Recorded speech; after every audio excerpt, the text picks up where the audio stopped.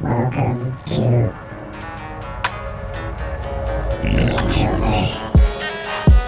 What have I missed? Oh, man, I was sick for, like, growing up, I was rarely sick.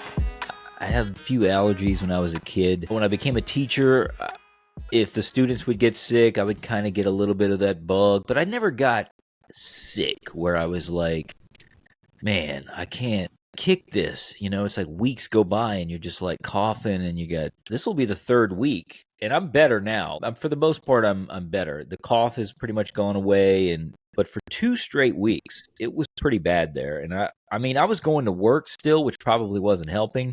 Oh yeah.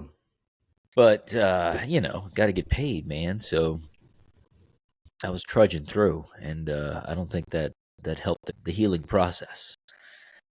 So, but feeling better now, feeling fly. What about you, man? What's I been was up? sick last week as well, but I took 2 days off work. I'm sure I'll feel it financially this week and next week. Yeah.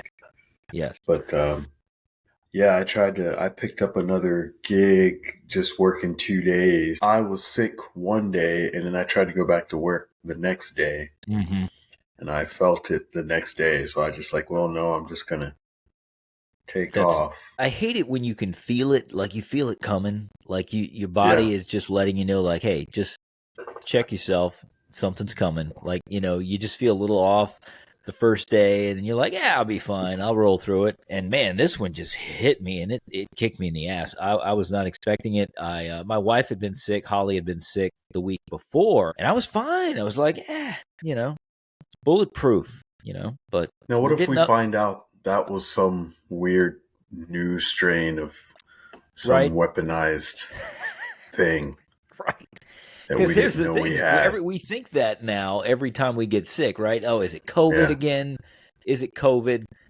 Because I mean, COVID in my mind right now is a nothing burger. It's like, okay, well, yeah, everybody was terrified of it, and they scared the shit out of us about it. I don't know. I was waiting for this is it. I've been watching the movies. I saw all the movies. This is it. It's happening. They don't even talk about it anymore, which is super weird, right?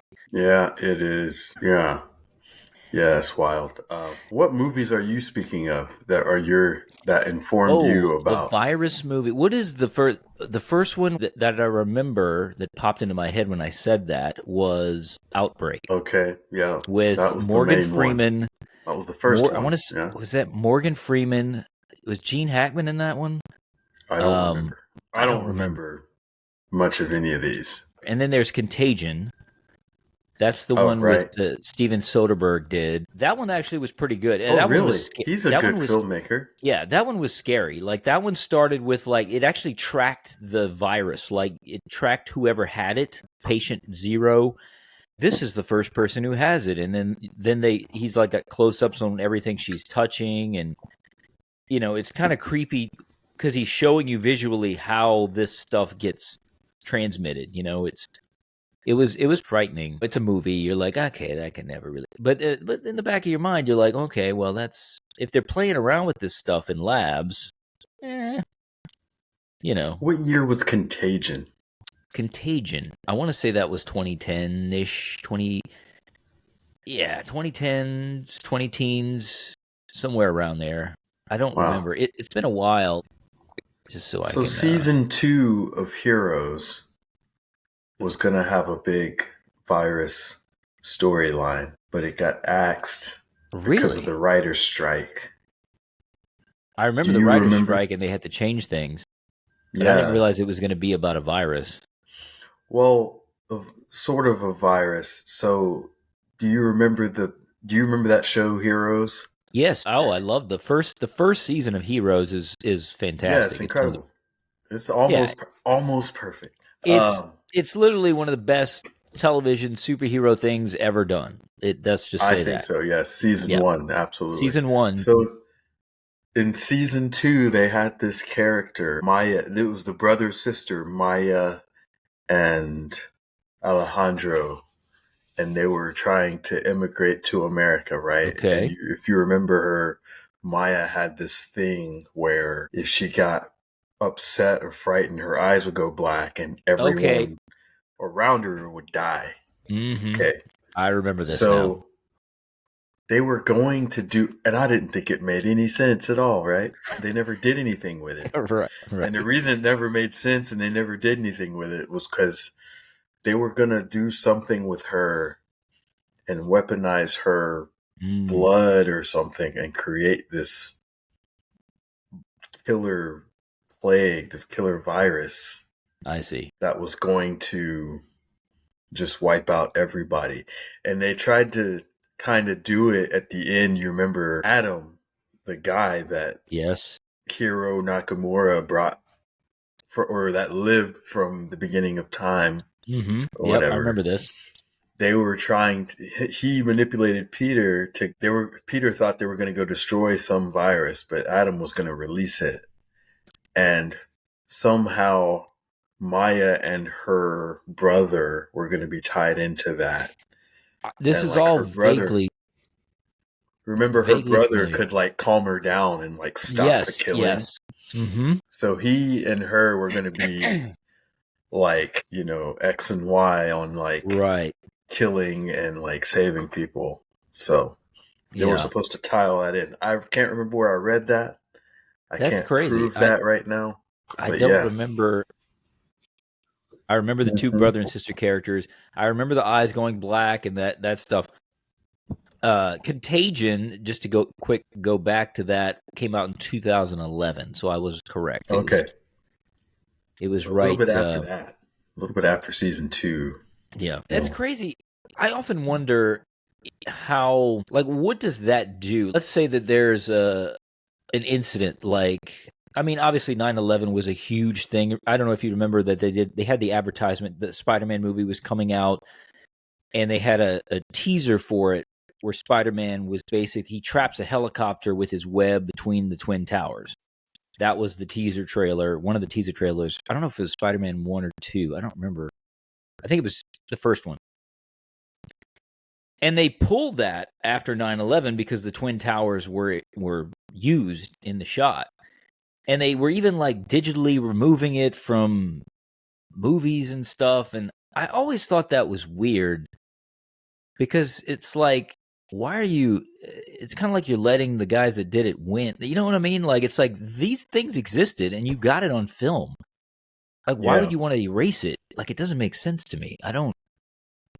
That was always weird. I mean, it makes more sense, like, okay, if there's like a school shooting and then like, oh, there's a very special episode of this show that's coming out this week and it also deals with a school shooting, so we're not going to air it because a real school shooting just happened.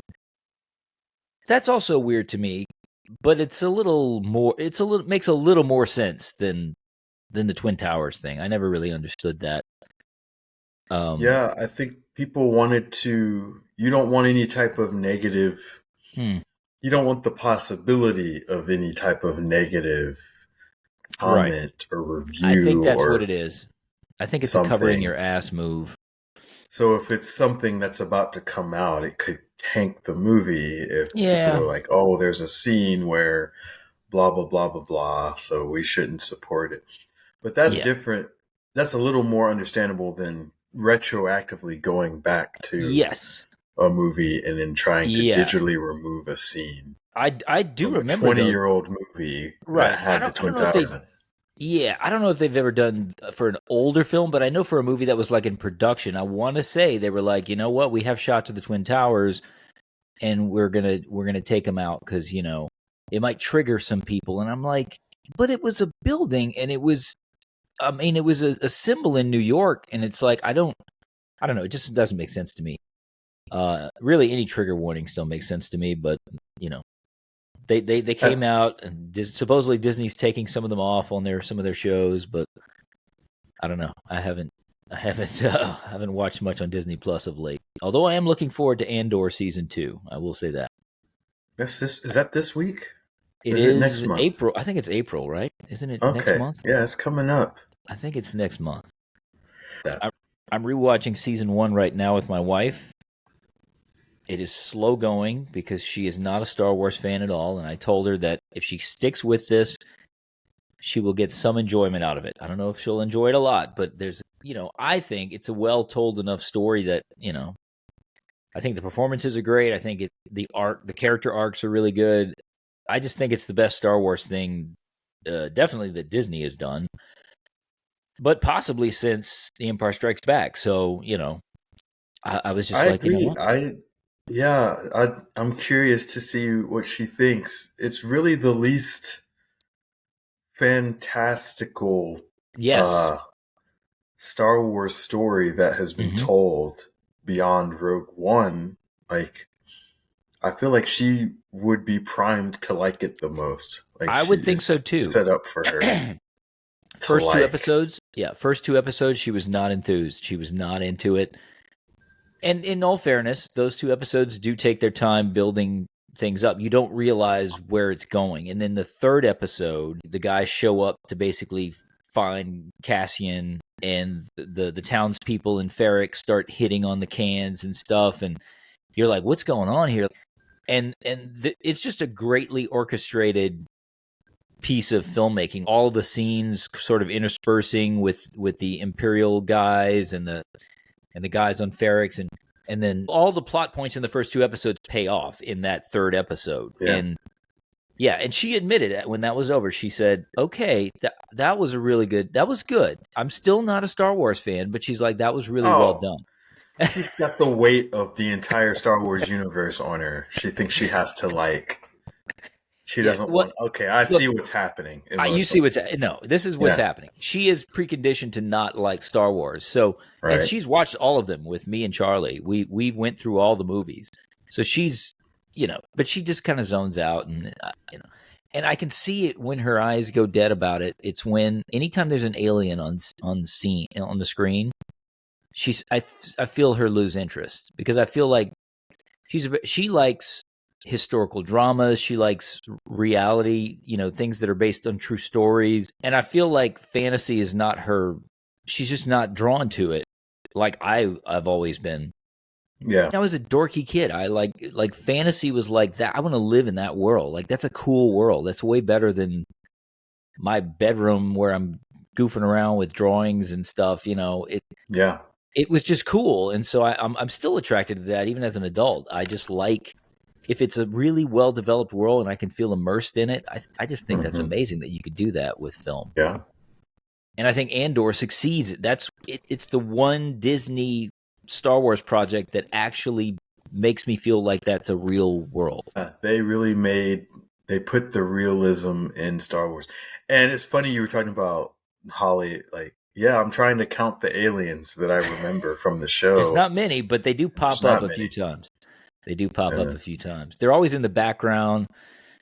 Yeah, there's that one scene where the big alien comes up behind Cassian and sort of like threatening the guy, like he needs money from him or something, or needs him to pay him back. I don't know what the situation is.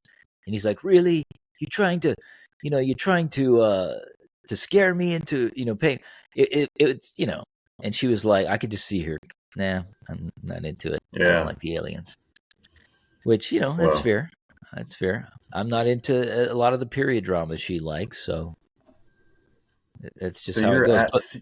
You're at episode 4. You're about to start. We are actually we're actually going to watch episode 5 tonight. 5. But Charlie hadn't seen it yet, and he's enjoying it. He immediately said after the first episode, I can already tell this is a different vibe from all the other Disney Star Wars stuff. He's like, I can tell. Like, he's like, they're setting something up, and I'm like, okay, yeah, they are. Setting it That's up. fun, man. I envy y'all watching it for the first time. If you're watching it for the first time, well, it's my second time, but it's Holly and Charlie's first time. So yeah. Oh, okay. Yeah. No, I watched it. Good. I watched it the first time when it first aired, but I didn't see, what was the last one that came out? Skeleton Crew. Yeah.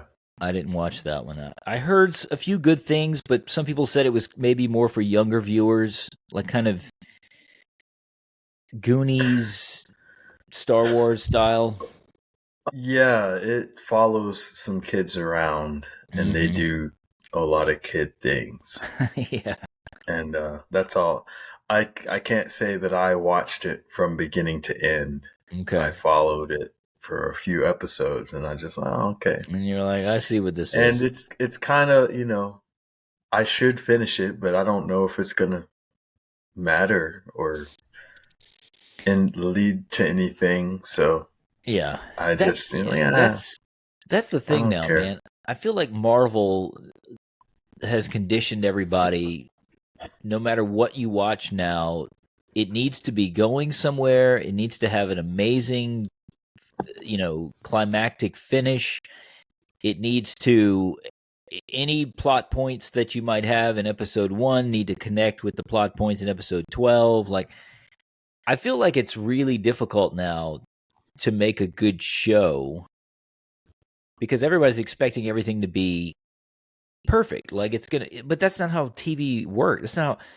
It always used to upset me when I watched the show Lost. Okay, back when it originally aired, and I loved it. I watched it all the way to the end, and I used to go online probably around season 4-ish, like when it really starts to get wacky with time travel and possibly parallel universes and things.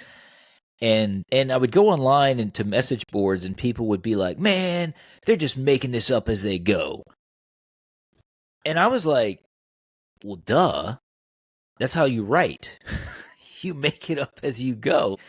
It's being pulled out of whole cloth. Now, I'm not saying that they said that, okay, we had an idea of where the show was going to head, but that it could change. That might not be what, because we might find a different alternate path when we're in the writer's room and everybody's throwing out cool ideas like, oh, wait, what about this? Oh, wow, that's way better than my idea.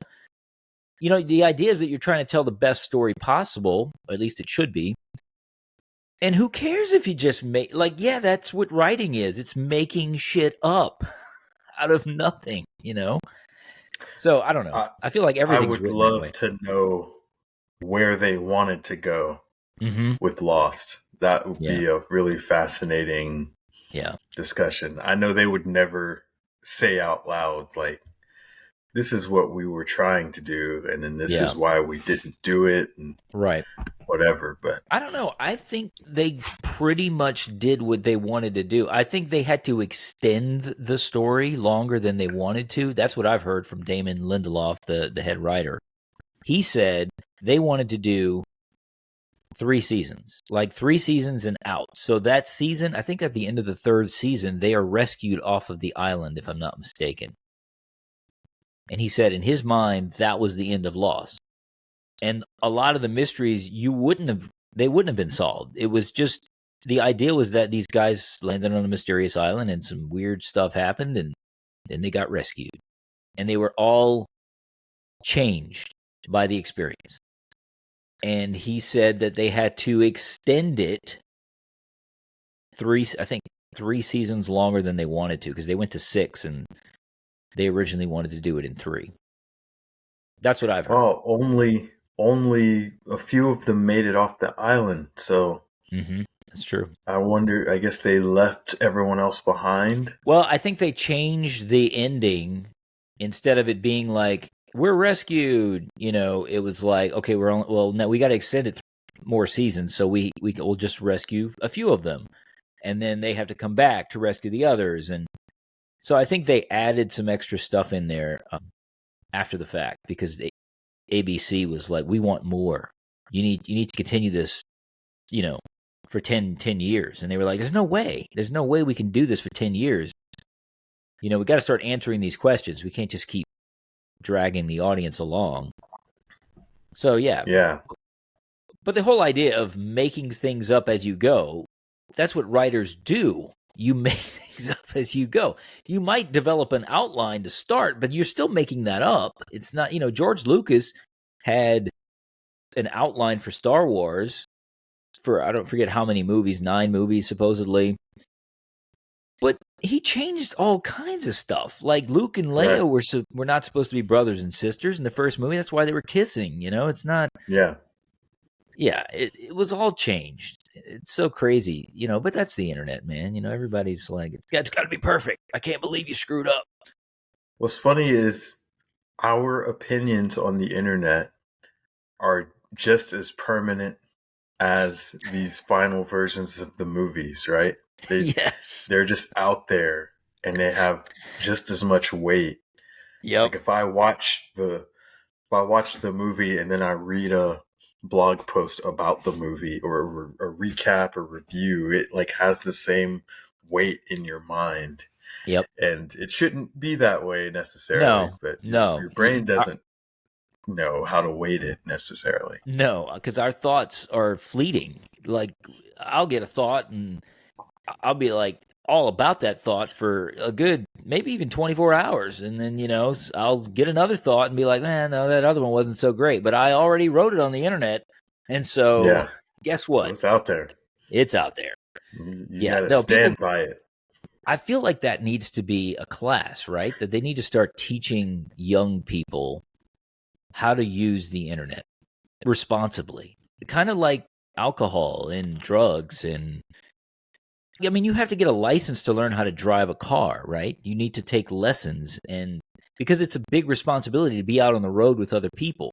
I feel like it's the same on the internet now. It's a big responsibility to be out there in the cyber universe where literally every single thing that you post is there forever.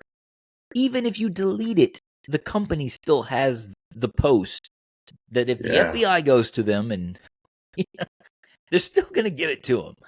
Yeah.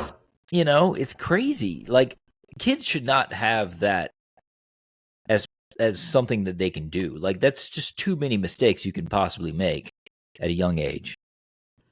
Yeah.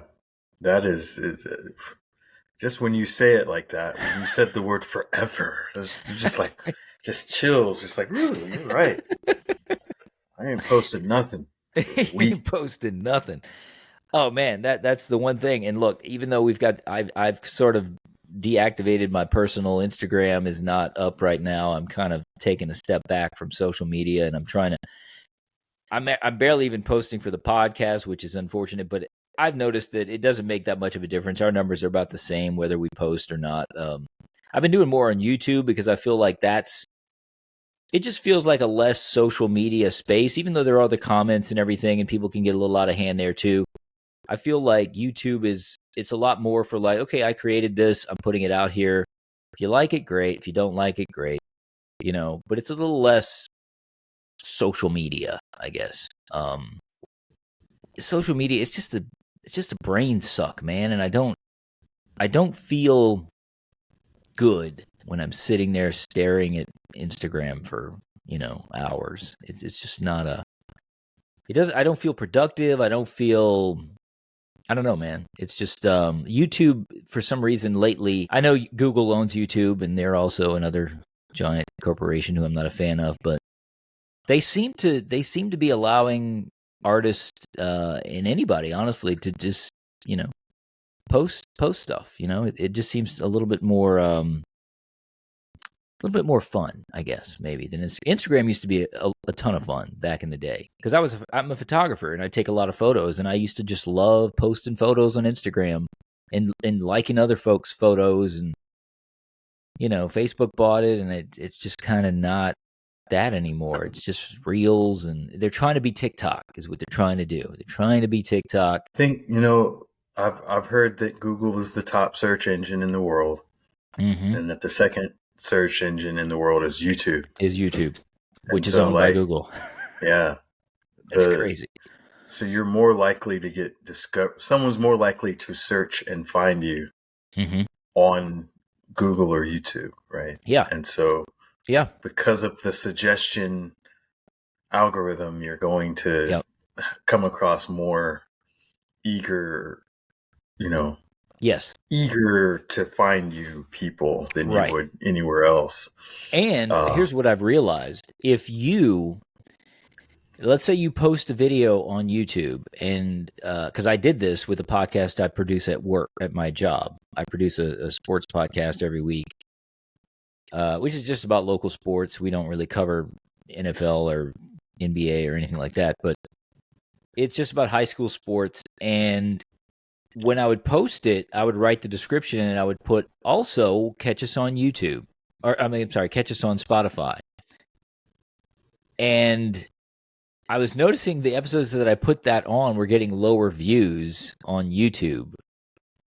And I was doing the same on Spotify. I don't know if Spotify gives a crap about that, but I think Google does not want to play with. They have to play with Meta because they're so big, but they don't.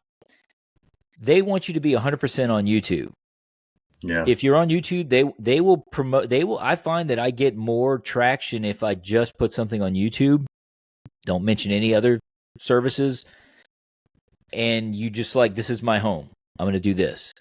Whereas if I do something on Instagram and then you try to share it on YouTube or vice versa, I find those just don't get as much traction. I feel like because they're competitors and they want you to stay on their platform. So they don't like when you jump in all over the place, you know. But that's what they tell everybody to do. Attention economy there. That's it. That's exactly it. But I mean, I'm reconsidering my entire approach, honestly, to like the quiet entertainer stuff, because I kind of said, I don't know if I said it on the podcast, but I just not wanting to play shows and just be online. Okay. But also just becoming an online presence, and like, where would that live? I mean, it would be all of the platforms, but not wanting to neglect YouTube. And I feel like it's weird, like, because they tell you, well, if you're an artist, musical or otherwise, you got to be on all the platforms. You got to be on all of them. You got to be on TikTok. You got to be on Instagram. You got to be on Facebook. Well, man, maybe not Facebook, but you got to be on everywhere. You got to be everywhere, and you probably need to hire somebody. You probably need to hire somebody to do that for you, because that's going to take a lot of time, a lot of energy. You can't just make one post and it'll magically fit on all the services. It's like you got to customize it to the different algorithms, and it's like, man, I don't have time to do that. It's kind of crazy, but at the same time, the different platforms, they don't want you on all the other ones. They want you committed. It's a committed relationship here. Yeah. They don't want you playing that field. I'm figuring this out. As I get older, it's another video game to try to learn. That's exactly what it is. It's a video game. It is a very complex video game now. I don't play video games anymore. It's weird. I just can't. Were you ever a gamer? I was. I had the Nintendo when I was growing up. Okay. And then the Super Nintendo was my final platform through high school. So Super Nintendo was where it ended for you. Yes. Okay. Yeah. I went a little further with Nintendo. 64 was out in college, but I did not. I didn't buy it because I was like, I'm gonna just lose myself if I keep buying systems. Felt like a racket at the time. Yeah. It's like they just keep making you buy games and systems. And when does it end? So yeah. But yeah. Oh, it's really a racket now. I mean, it's crazy. Well, they've gotten to the point now where the graphics are so good, it doesn't feel like a game anymore. It feels too close to reality. It's like if I wanted to go hiking on a mountain with a sword, and if I saw some critters, I would, attack them with my sword. I probably wouldn't enjoy that in real life, but I'm going to do it and I got to do it in real time, by the way. Like it's like that mountain over there is like 10 miles away, and I actually have to walk 10 miles in the game to get to the mountain. I mean, that's what games are now. Like the open world games are so giant. What was the game that my son gave me to play? He's like, I think you might like this game, and it was called Death Stranding. I don't know if you've heard of this game, but it's got the guy from The Walking Dead in it. You're talking to someone who's not a Walking Dead guy and didn't watch the show. Right. Okay. I've heard of Rick and I've heard of Daryl. Those are the only names I've heard of. The actor's name was Norman Reedus in The Walking Dead. I could not think of his. Yes. Norman Reedus. He is the main character in the game Death Stranding. And it is basically a walking game. You walk. You have to walk everywhere. And it's great distances. And that's the whole game. At least the part I played. I'm sure other stuff happens. I played it for a couple of hours, and it was just walking from one location. And now I'm walking to the other location. Now I'm walking here. And he's got a backpack, and he's walking. And, it's from this award-winning game creator, and they're coming out with a sequel, and there's a baby in it. I don't know. But it's, I just can't get into video games like I used to, man. It's, I played Madden. I played NBA Jam. I played all the sports games. It's just, I can't summon the effort anymore. Yeah, it's funny how dopamine works now is we are so bombarded with all of these things that give us these instant hits. Like the amount of time and focus and so on it takes to go through a video game is not the same hit that you might get just from scrolling. Yes. On social media. Yeah. So it is, the reward center is different for gaming. Right. Yeah, and it's weird. I don't think I'm the only one either. I've seen YouTube videos. I haven't clicked on them. It's with other middle-aged guys saying like, I'm not into gaming anymore. It's just not a thing that I'm. And I feel like they sucked the fun out of a lot of these games because they're striving for realism on. And again, they still make fun games that are like you've never heard of. Charlie will come up with a game that's like just wacky, and he plays these VR games where he exercises and he's inside of a mech suit and he's like destroying aliens and stuff, and that's his workout, And I'm like, this is the future, man. Like I never would have thought this was a thing. I mean, we had Dance Dance Revolution, Guitar Hero. Yeah. We're working out a little. Maybe the Wii, when you played Wii tennis. You're working out a little bit, getting a little cardio, but it's one of those things that I feel like I've grown out of, Yeah. It's funny, I've definitely grown out of it. Although I spent like $20 to get the digital version. I still don't have a video game system, but my roommates they have the PlayStation and the Xbox. Okay. And so I got a digital version of an NBA game. Okay. But I don't like sit there and play the game. I go through the like GM mode and try to simulate games, and I try to put all the positions together to see if it would simulate to like a winning season. A championship team. Yeah, that's really fascinating to me. And my roommate has a wrestling game, and he won't actually wrestle. He'll like try to plan the television show and try to get the ratings high or whatever. I have a couple friends that are trying to do that instead of actually, when I was younger, you would wrestle in a wrestling game, or you would play. Like I had Bulls versus Blazers on Super Nintendo. Oh yeah, I would play the game or whatever. But Bulls versus Blazers, man, I forgot different. about that game. Yeah, NBA Live '96, I think, or '94. I don't know what year that was. Bulls versus. I don't remember the year, but definitely. When you said that, I totally forgot about that. When you said Bulls versus Blazers, I was like, that. I remember that. I don't think I owned it, but I remember renting that, whichever year that was. It was my first EA Sports purchased game. It's in the game. You could make your own character. You could clone a character and then like give it different attributes. And that was the first game I remember that you could do that. Yeah. Thanks for listening to The Introverse. New episodes every Monday, wherever the podcasts roam.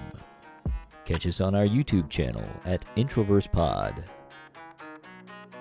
The Introverse is a part of the Introverse Podcast Network.